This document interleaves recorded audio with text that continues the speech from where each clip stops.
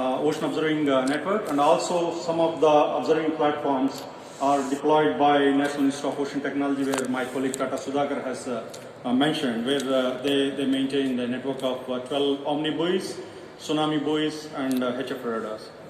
So these are continuously monitoring the seas around us and providing data in real time.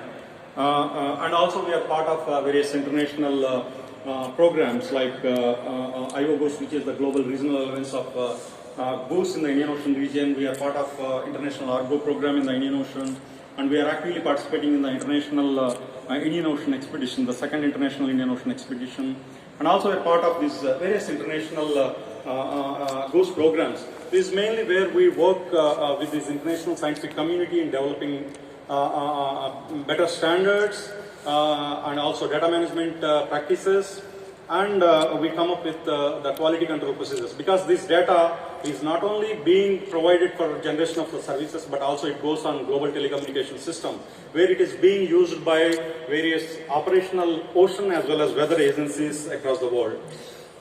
And we have some new programs which we have started as part of this new plan, where we are going to have a deep ocean mission, where INCAIS is leading one of the vertical called Ocean Climate Change Advisory Services, where we are going to have a deep ocean observing system.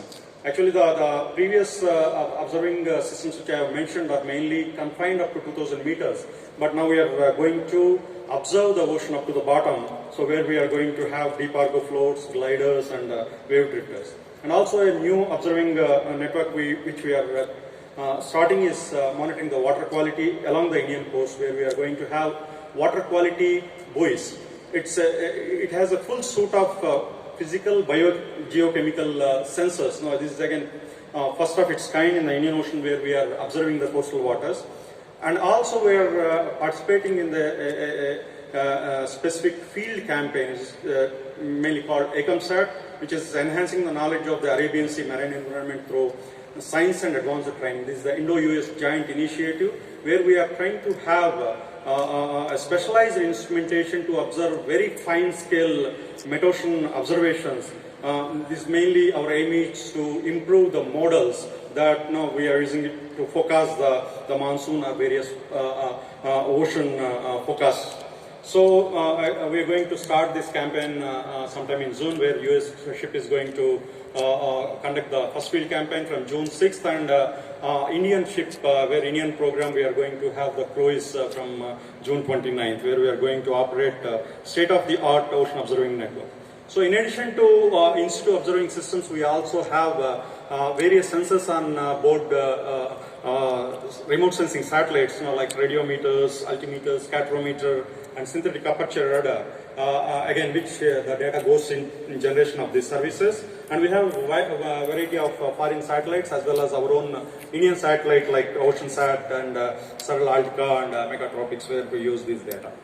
So you all know that Indian Ocean is very unique. It is a natural laboratory because of its unique geographical attributes. So it is a natural laboratory for many of the countries to conduct their experiments, and also we have several scientific issues to address. So there is a program called Indian Ocean Observing System, where there are about 15 to 20 countries they are participating in this particular program and deploying again a suite of observing network like Argo, profiling floats, moored buoy array, tide gauges, XBT, XCTD, campaigns. So we have the surface drifters and also boundary currents, etc.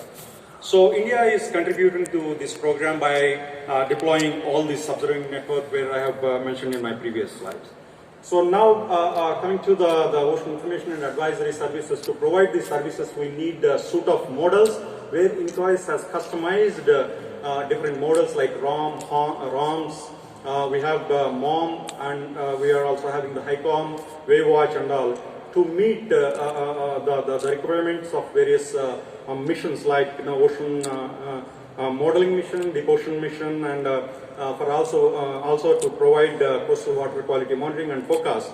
So we use these models at various different spatial and temporal resolutions we use, and then we generate these forecasts of various ocean parameters.